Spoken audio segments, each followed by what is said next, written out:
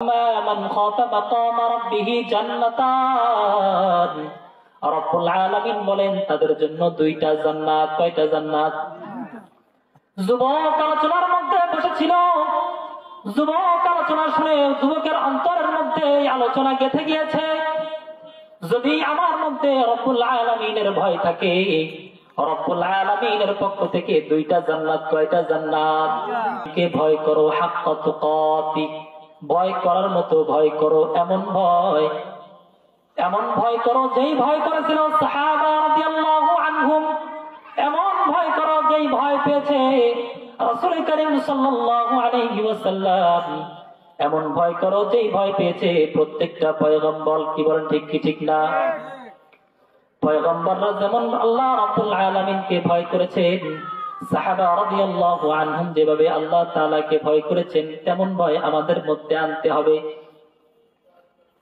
ওমর ফারুক রাদিয়াল্লাহু আনহু বয়ান করেছেন, বয়ানের মধ্যে ওমর ফারুক রাদিয়াল্লাহু আনহু আয়াত পেশ করেছেন, ওয়া আম্মা মান খাফা মাকাম রাব্বিহি ওয়া আম্মা মান খাফা মাকাম রাব্বিহি জান্নাতান। আল্লাহ রাব্বুল আলামিন বলেন, যারা আমি রবকে ভয় করে, যারা আমি রবকে ভয় করে, আমি রবের প্রতি ভয়ের কারণে যারা গুনাহের কাজ থেকে বিরত থাকে, ওয়া আম্মা মান খাফা মাকাম রাব্বিহি জান্নাতান, রব্বুল আলামিন বলেন তাদের জন্য দুইটা জান্নাত। কয়টা জান্নাত? যুবক আলোচনার মধ্যে বসেছিল, যুবক আলোচনা শুনে যুবকের অন্তরের মধ্যে আলোচনা গেঁথে গিয়েছে, যদি আমার মধ্যে রব্বুল আলামিনের ভয় থাকে, রব্বুল আলামিনের পক্ষ থেকে দুইটা জান্নাত। কয়টা জান্নাত? যুবকের অন্তরের মধ্যে এটা গেঁথে গেছে।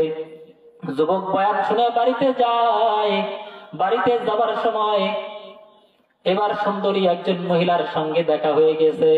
সুন্দরী মহিলা তাকে জিনা করার জন্য ডাকতেছে, মনের কামনা বাসনা পূরণ করার জন্য ডাকে। যুবকের মনে নাই যে বয়ান শুনছিল, যুবক মহিলার সাথে চলে গেছে, ওই কন্যার সাথে চলে গিয়েছে, যুবতীর সাথে চলে গিয়েছে। কামরার মধ্যে গিয়া কামরা আটকে দিছে, কাপড় চোপড় খুলে ফেলছে। এবার উলঙ্গ হওয়ার পর যখন জিনার কাজ শুরু করবে, হঠাৎ করে আবার অন্তরের মধ্যে জেগে গেছে, হায় কি করছি। ওমর ফারুক রাদিয়াল্লাহু আনহু তো বলেছিল, যার মধ্যে ভয় থাকে আল্লাহ রাব্বুল আলামিনের, তার জন্য রাব্বুল আলামিন দুইটা জান্নাত রেখেছে। অথচ আমি কি করতেছি, আমার মধ্যে তো ভয় নাই, আল্লাহ রাব্বুল আলামিনের ভয় আমার মধ্যে মনে হয় নাই। সে এবার তাড়াতাড়ি গুছুমুছু করে উঠে গেছে, কাপড় চোপড় গুলো হাতে নিছে, অর্ধেক কাপড় চোপড় পরছে আর পরে নাই। চিৎকার দিয়ে দরজা দিয়ে বাইরে হয়ে গেছে। এবার বাড়ির থেকে রওনা দিচ্ছে। বাড়িতে যাওয়ার সময়, বাড়িতে যাওয়ার পরে বাবার সঙ্গে দেখা হয়েছে। বাবা দেখে অর্ধেক কাপড় পরা আর অর্ধেক নাই। বাবাই জিজ্ঞাসা করে, কি কারণ, অর্ধেক কাপড় পরা আর অর্ধেক নাই কেন, কি হয়েছে তোমার, এমন পেরেশানি দেখাইতেছে কেন? বাবার কাছে এবার উল্লেখ করে, ও বাবা, ওমর ফারুক রাদিয়াল্লাহু আনহু কুরআনের আয়াত তেলাওয়াত করেছে, নসিহত করেছে, ওয়া আম্মা মান খাফা মাকাম রাব্বিহি জান্নাতান। যে ব্যক্তি রব্বুল আলামিনকে ভয় করবে, তার জন্য আল্লাহ রব্বুল আলামিন দুইটি জান্নাত রাখছেন। বয়ান শুনে চলে আসছি, আসার পরে একটা মহিলার সঙ্গে দেখা হয়ে গেছে, একজন যুবতীর সঙ্গে দেখা হয়ে গেছে। কামনা বাসনা পূর্ণ করার জন্য আমাকে ডাক দিছে। তার সঙ্গে কামরায় যাওয়ার পরে আমার মনে পড়ছে, রব্বুল আলামিনের ভয় তো মনে হয় আমার মধ্যে নাই। আমার ওই আয়াত মনে পড়ে গেছে। ও আব্বাজান, এখন আমি কি করব? যেই পা দিয়ে আমার যাওয়ার কথা ছিল মসজিদে, যেই পা দিয়ে আমার যাওয়ার কথা ছিল নেক কাজের দিকে, যেই পা দিয়ে আমার যাওয়ার কথা ছিল ভালো কাজের দিকে, অথচ এই পা দিয়ে আমি একজন যুবতী মহিলার সাথে জিনা করতে গিয়েছিলাম। মনের মধ্যে বড় দুঃখ, মনের মধ্যে বড় কষ্ট। এই কষ্ট আর সহ্য হয় না, এই কষ্ট আর সহ্য হয় না। ওই আয়াত বারবার তেলাওয়াত করে, ওয়া আম্মা মান খাফা মাকাম রাব্বিহি জান্নাতান, বারবার আয়াতটা তেলাওয়াত করে। আর অন্তরের মধ্যে ভয় আর অশ্রু ঝরায়। এই ভয়ে আয়াত তেলাওয়াত করতে করতে তার কলিজাটা ফেটে যায়, দুনিয়া থেকে ইন্তেকাল করে পরপারে চলে যায়। এমন ভয় অন্তরের মধ্যে রব্বুল আলামিন বলেন হাক্কা তুকাতি, ভয় করার মতো ভয় করো, এমন ভয় করো যেই ভয়ে আত্মা ফেটে যায়, কলিজা ফেটে যায়। যেই ভয়ে আমাদের কলিজা ফেটে যায়, এমন ভয় যেই ভয়ে যদি পুলিশ থানায় থেকে আসে আমাকে ধরতে, যেই ভয়ে আমি পালায়ন কইরা বনে জঙ্গলে ঘুরে বেড়াই, পুলিশ যদি ধরতে আসে ভয়ে দেখা যায় পাগলের মতো ঘুরে ফিরে এদিক সেদিকে চলে যায়, এটা একটা ভয়। কিন্তু রব্বুল আলামিনের জন্য যেই ভয়ের দরকার এই ভয়ে আমাদের নাই। কি বলা ঠিক কিনা? ইয়া আইয়ুহাল্লাযীনা আমানুত্তাকুল্লাহা হাক্কা তুকাতিহি ওয়া লা তামুতুন্না, সুতরাং মুসলমান মৃত্যুবরণ কইরো না ওয়ালা তামুতুন্না, মৃত্যুবরণ কইরো না ইল্লা ওয়া আনতুম মুসলিমুন, পরিপূর্ণ মুসলিম হওয়া ছাড়া। কি ছাড়া? পরিপূর্ণ মুসলিম হওয়া ছাড়া মৃত্যুবরণ কইরো না। মৃত্যু যদি বরণ করতেই হয় পরিপূর্ণ মুমিন হয়ে যাও। ওই সাহাবীদের মতো অন্তরে আল্লাহর ভয় ঢুকায় ফেলাও, সাহাবী আজমাইনের মতো অন্তরের মধ্যে ভয় ঢুকায় ফেলাও, যেই ভয় তোমাকে নামাজের দিকে নিয়ে যাবে, যেই ভয় তোমাকে জিনা থেকে বাঁচায় ফেলবে, যেই ভয় তোমাকে হাতের মধ্যে স্মার্টফোন আছে খারাপ ভিডিও দেখা থেকে বাঁচাবে, যেই ভয় তোমাকে টিভি সিনেমা দেখা থেকে বাঁচাবে, যেই ভয় তোমাকে বাউলের গান শোনা থেকে বাঁচাবে। কি বলেন ঠিক কিনা? এমন ভয় আমাদের অন্তরের মধ্যে দরকার আছে কি নাই? তো ভয়, এই ভয় সম্পর্কে উবাই ইবনে কাব রাদিয়াল্লাহু আনহুর কাছে ওমর ফারুক রাদিয়াল্লাহু আনহু জিজ্ঞাসা করতেছেন তাকওয়া কি জিনিস, ভয় কি জিনিস।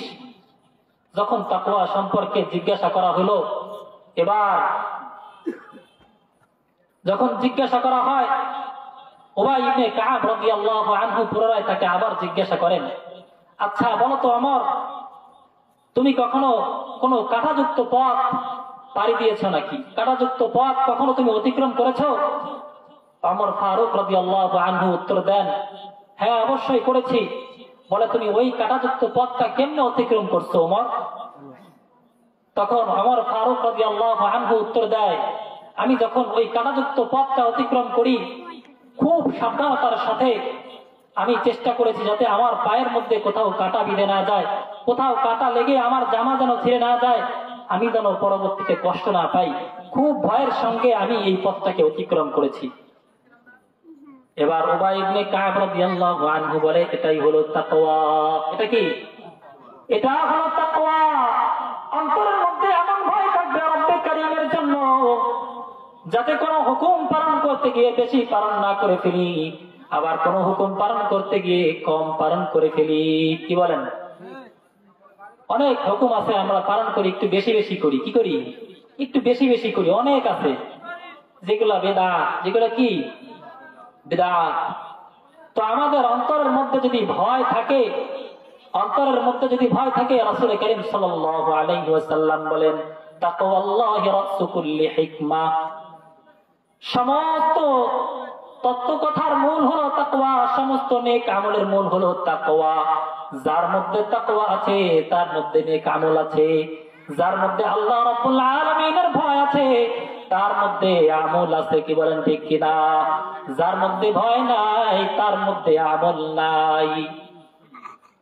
দেখবেন দুনিয়ার পিতামাতাকে যেই সকল সন্তানেরা ভয় পায় ওই সকল সন্তানেরা গাঁজাখোর হয় না, নেশাখোর হয় না। কিন্তু যে সকল সন্তান পিতামাতাকে ভয় পায় না ওই সকল সন্তানেরা গাঁজাখোর হয়ে যায়। হয় কি হয় না? ভয় এমন একটা জিনিস যেই ভয়ের কারণে মানুষ আল্লাহ ওয়ালা হয়ে যায়। আল্লাহ রাব্বুল আলামিনের ভয় যার অন্তরের মধ্যে ঢুকে যাবে সে হয়ে যাবে মুত্তাকি, সে হয়ে যাবে আল্লাহ ওয়ালা।